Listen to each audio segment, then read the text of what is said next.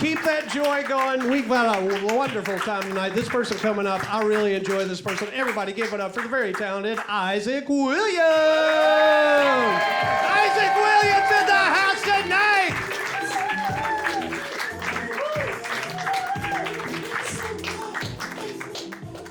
So Dusty gave me a fist and I gave him a high five. So speaking of that turkey, there it is. So it's February already. I mean, how are we feeling about those New Year's resolutions? Yeah, exactly. Me too. So mine were to read more, get in shape, and stop procrastinating. And I'm really proud to announce that I haven't even started. So I'm doing great on all three accounts. But New Year, New Me is kind of stupid, don't you think? Because if they really cared, they would probably call it New Year, Worse Me. Because it doesn't always mean better. And this year I was really big on it. I'll be 25, and so finally I can rent a car legally. Yeah. Woo! That's right. No more $20 charges, Enterprise. But even though it's supposed to be New Year, New Me, it's really hard for me to stay focused. And you might ask, why is that? Well, I said I'll be 25 this year, so as a 2000 kid, it's really hard to stay focused because I'm part of Gen Z, which, in case you guys didn't know, is actually just short for Generation Zero Attention Span. And it's even worse when I try to communicate with my siblings or other young people like me who have trouble with their attention span, because it's like trying to get an infant to smile for a picture. You look at it and you're like, hey, hello, look up here.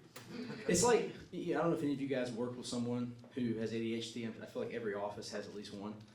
But if you go to ask them for help with a project, you may not get the project done, but you will absolutely learn that on April 9th, 1865, the Confederacy surrendered at the Appomattox Courthouse in Virginia.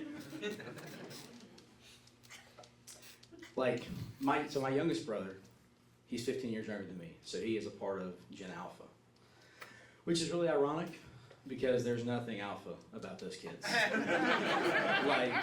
Nothing at all. Which also, I don't know if you guys knew this or not, but that's actually short for Generation I Barely Know the Alphabet. And, listen, I love my brother. I really do. But if you guys have siblings, you know that the older you are, the less you're loved. I'm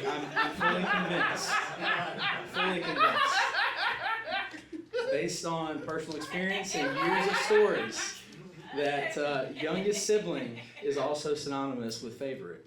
It's actually in the thesaurus if you look it up. To put it in perspective, a few years ago, I gave him a book as a gift because back in my day, which wasn't that long ago, people could actually they'd read them and learn something. So I give it to him, and listen, I love him, but this ungrateful little turd, he looks me in the face and he goes, "What am I supposed to do with this?" And I said, "A book? You don't know what to do with a book?" I said, "For starters, you could, read it. I think there are deeper issues here. If I give you a book, and instead of looking at me and saying, 'Oh, wow, thanks,' which, by the way, my mom taught me that. She said, 'Say thank you,' not this kid. Again, he's the favorite. He gets to say whatever he wants." But the challenge is that even though I looked at him like he was dumb, I'm also dumb. And I feel like, in general, society has fallen off a lot in the past several years. There was a pandemic or something, and I feel like it's gotten worse since then. But growing up, I remember people used to look at me and they would say, they would give me advice, and they would say things like, this actually makes it perfect. They would look at me and they would say, smelling gasoline kills brain cells. Well, I liked it. And so I ignored it. And that's why I couldn't recall the joke, because it was big for me. One of the things that goes around from time to time, whether it's on an app or on TV, it's a contest to win free McDonald's for life. It's quite the prize, if you ask me. A contest is defined as an event in which people compete for supremacy in a sport, activity, or particular quality. Welcome to McDonald's. It's the only contest where the people who win are actually the losers. And I personally think that any event where you want to be the winner should involve more than an application for diabetes and premature death. And there's just a lack of self-awareness today. People say things and they don't really think much about what they're saying and the impact down the road. So when I was in college, just to put it in perspective, I worked as a bagger at a grocery store. And so one of the things that I learned my first day of training was they said, all right, when you put boxes and cans and bags together, you want to put bags on the outside and cans in the middle. Well, I thought it was a little bit, segregational, but they said it was okay, because it was fun. And then they looked at me and they said, and I quote, "We need to build a wall." Exactly. That's actually how I met my soon-to-be fiance. She's the one who told it to me.